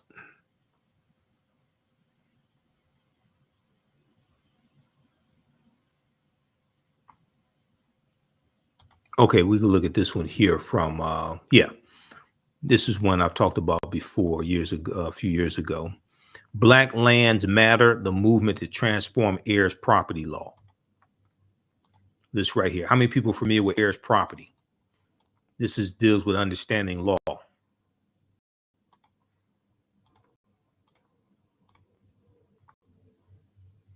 Black Lands Matter, the movement to transform heirs property laws.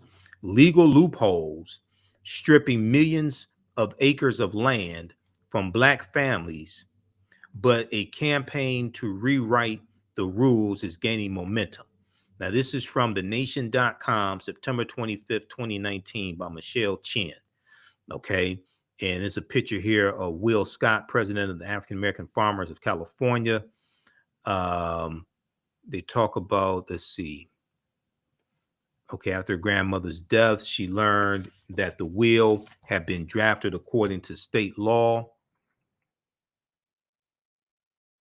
And therefore the land fell into the legal category called heirs property, H-E-I-R-S, heirs property, a form of default collective ownership,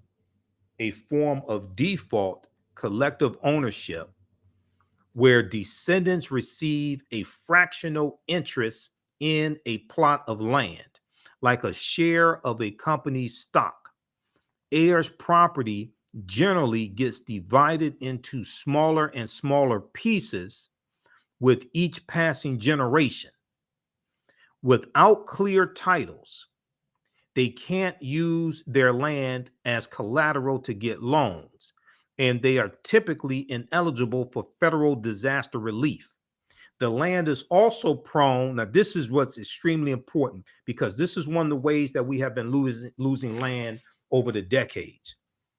The land is also prone to being sold without the full consent of the family, because most state property laws enable a single co-owner to trigger a court procedure to sell part of the land, which can lead to a judge's putting the entire property up for sale, often at below market rates. How many people are familiar with heirs property? This is one of the ways that we have lost millions of acres of land. Yes, overtaxing the value of the land. Okay, that's one way. Yes, farmers being denied loans by the U.S. Department of Agriculture, by the federal government. That's one way. But heirs property is another way. Okay, that's what this deals with right here. Assisting Black landowners in resolving title issues. See, this is why when I hear people talk about Black agenda, first of all, you have to understand history. You have to understand our history. You have to understand law to understand how we got to this point where we are now, the laws and policies put in place to put us in this predicament. So you understand what laws and policies have to be put in place to get us out of this predicament. If you don't know what the hell heirs property is, how do you know how to deal with the issue? In July 2021, the U.S. Department of Agriculture rolled out their heirs property relending program, which primarily aids underserved communities, including Black Americans. Who heard about this? The new program provides funds to assist heirs, HEIRS, in resolving ownership and succession issues on farmland with multiple owners. This is what the Biden administration is doing. Next, dismantling barriers to accessing USDA programs and services. The American Rescue Plan that no Republicans in the House or the Senate voted for. Okay, see, if I was making these campaign ads, I can win re-election just on the $1.9 trillion American Rescue Plan. Because what you do, you break down. Most people can't name 5 things in the bill. The bill was passed early March 2021 because of that. I think that was the 3rd coronavirus package. Because of the previous 2 ones under the Trump administration, people don't even know what's in this bill, and they just associate certain things with the Trump administration. They don't know this was the Biden administration, and no Republicans voted for this bill. It was Democrats that wrote the bill. The American Rescue Plan provides funding for USDA, U.S. Department of Agriculture, to establish one or more equity commissions to address historical discrimination and disparities in the agricultural sector. In February 2022, the USDA announced the membership of its 15-member Equity Commission Advisory Committee and Equity Commission Subcommittee on Agriculture. The Equity Commission Advisory Committee will advise the Secretary of Agriculture by identifying USDA programs, policies, systems, structures, and practices that contribute to barriers to inclusion or access, systemic discrimination, or exacerbate or perpetuate racial, economic, health, and social disparities. Who heard about this? Next, reducing barriers for Black communities facing natural disasters. In September 2021, FEMA implemented policy changes to reduce barriers that contributed to disparities experienced by African Americans through programs that provided individual assistance to disaster survivors. These included changes to FEMA policy to make it easier for people living on heirs property. There's that word again, heirs property, which is estimated to be the majority of Black-owned land in the South, to apply for disaster aid. And most of the farmland that we own is in the South. Is anybody explaining this to you? Read the rest of this. We'll talk about this some more on our Sunday show when I have 2 hours. This came out February 28th. This is an update to the fact sheet that came out October 2021.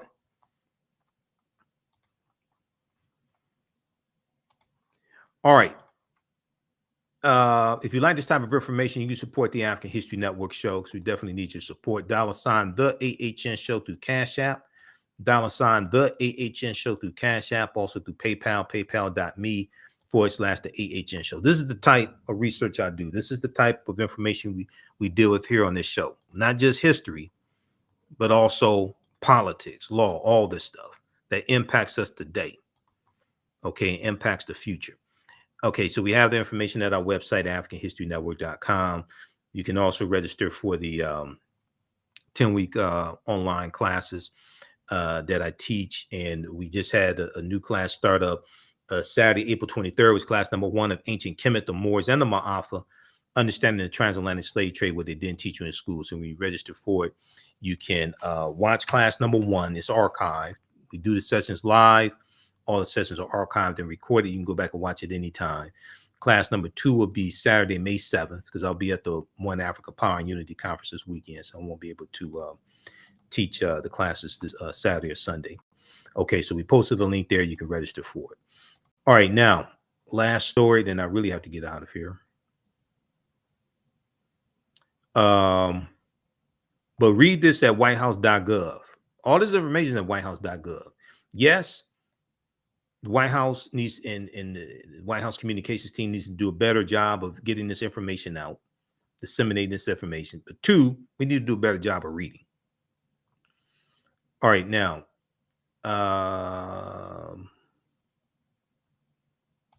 okay. So we have that. Then April 28th, 1967, Muhammad Ali refused to be inducted into the army. He refused to be drafted. He was stripped of his title for 3.5 years. Okay, he was banned from boxing for 3.5 years, stripped of his boxing license. Here's a piece from the History Channel, this date in history. So I get these emails from the History Channel about 6 in the morning, between 6 and 7 in the morning. This date in history. April 28th, 1967. On April 28th, 1967, boxing champion Muhammad Ali, the greatest of all time, one of my heroes. You see me wearing one of my Ali shirts. He refused to be inducted into the U.S. Army.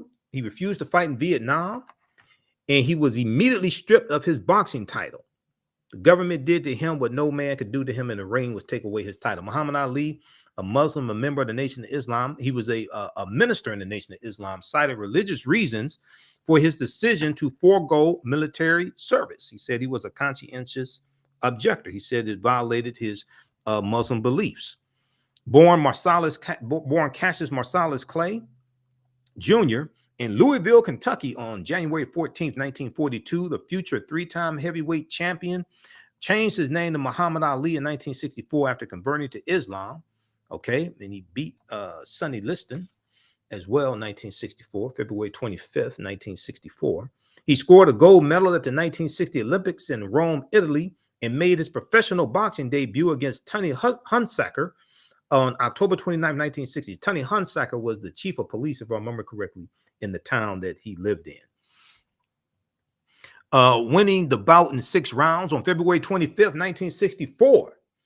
Young Cassius Marsalis Clay, who would reveal to the world his name was Muhammad Ali, defeated the heavily favored bruiser Sonny Liston in 6 rounds to become heavyweight champion of the world. Malcolm X was ringside. That night, Malcolm X and Muhammad Ali, Cassius Clay, and Sam Cooke and Jim Brown hung out in the hotel room together. Okay. In the movie One Night in Miami, directed by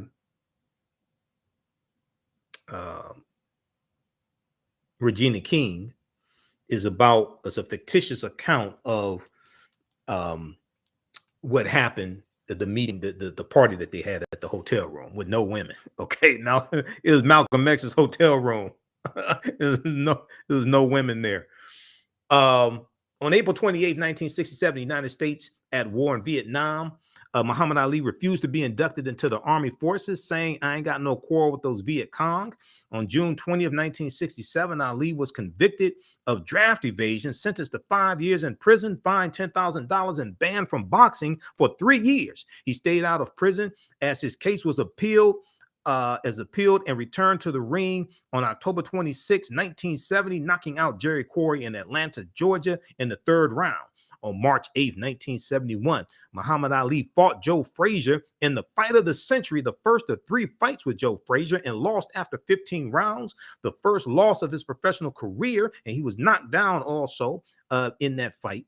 At the end, he was knocked down. He got up, but he was knocked down as well. On June 28th of that same year, the U.S. Supreme Court overturned his conviction for evading the draft.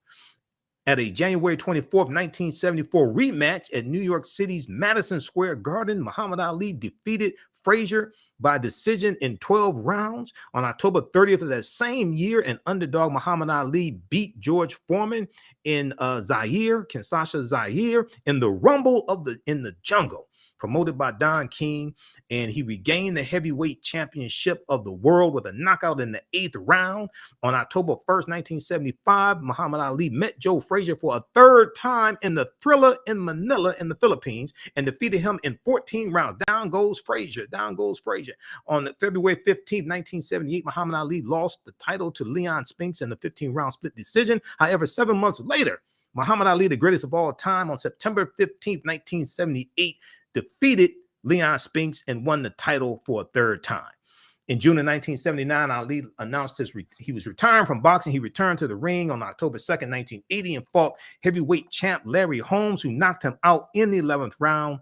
After losing to Trevor Berbick on December 11th, 1981, Ali left the ring for the final time with a record of 56 wins, 5 losses. He is the only fighter to be heavyweight champion 3 times. In 1984, he revealed he had Parkinson's disease, and unfortunately, he passed away on June 3rd, 2016.